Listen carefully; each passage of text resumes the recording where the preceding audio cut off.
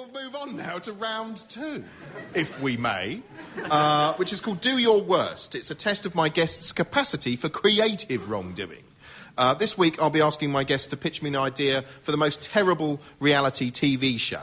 I don't mean bad in that it wouldn't work, because none of them do, but bad in that human society would have to degenerate by about 80% in order for it to be considered vaguely acceptable. My favourite terrible idea wins a point and a 32-part series on ITV4. Rufus, what's your pitch? What I found with these shows, broadly speaking, is that you start from the title and work backwards. The title itself has to be enough to draw us in, which is why you get things like Dog Borstal. I've tried to come up with the title and work my way backwards. So my suggestion is Blaze of Granny.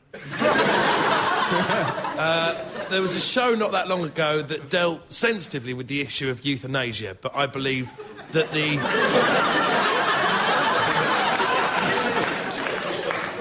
the British television public have now had that dealt with sensitively, and they're ready for a slightly more prime-time Saturday night style approach.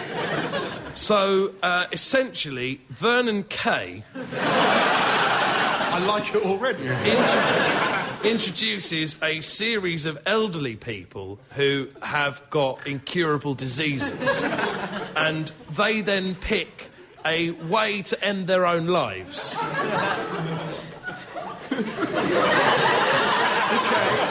Okay. I assumed when you said it was Blaze of Granny that they all had to die by fire. That's where you'd be wrong, David. I'm disappointed. I don't want to see them injected. I want to see them burnt. Oh, no.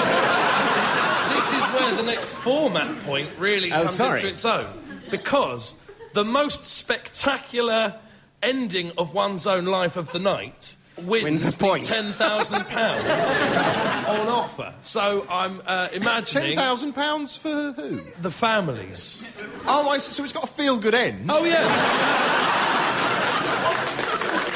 OK. So basically, the families all stood behind Eunice from Rotherham, and Vernon says, "So, Eunice, what's it going to be?" And she says, "Tonight, Vernon, I'm going to be kicked to death by a donkey." Bring out the donkey! Is there going to be a panel of judges, like X Factor? No, phone vote.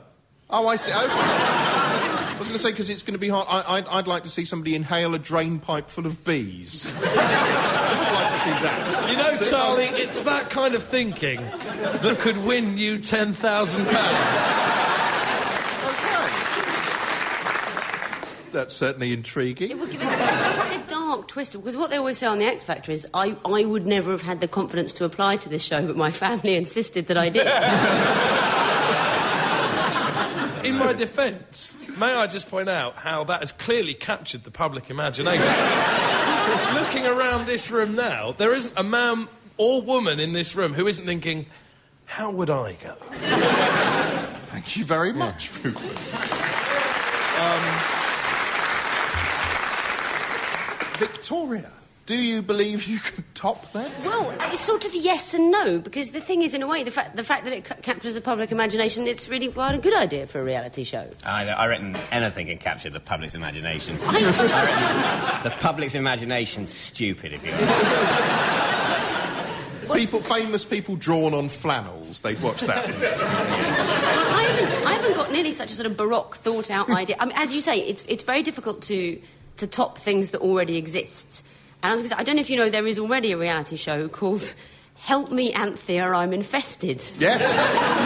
Which is a show in which people that have, beetles or ants or rats, I think, possibly in the house, Anthea Turner goes around and cleans it out. And I was thinking, well, Anthea Turner, unfortunately, her husband has gone bankrupt, so she's obviously going to be available for more work.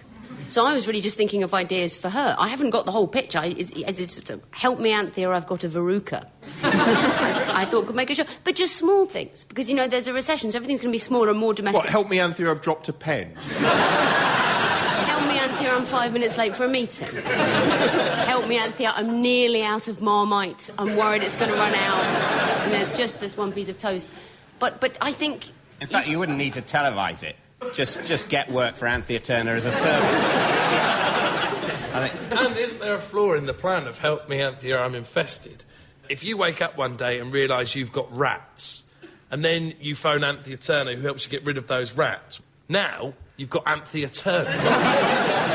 Yeah, and that is worse. What do you have to send after Anthea Turner?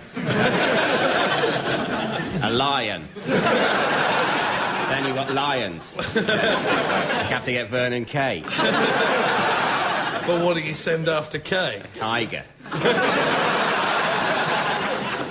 Now you make it sound good. My whole point is I'm not going to try and sell you on, oh, and it'll be full of this and that, and that's going to be a bad show. That's it. Help me, Anthea, I've got a verruca. She turns out, you know, you show her the verruca, you sit and talk about it for half an hour, the show's over. But don't tell me that's not the worst idea. I think this show should be ethically questionable, so she'd have to nibble off the verruca.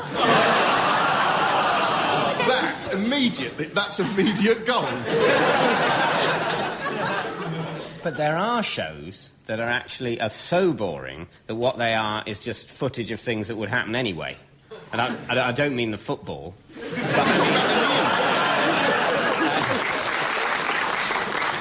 But no, I mean, what I'm specifically thinking of is the programme Homes Under the Hammer.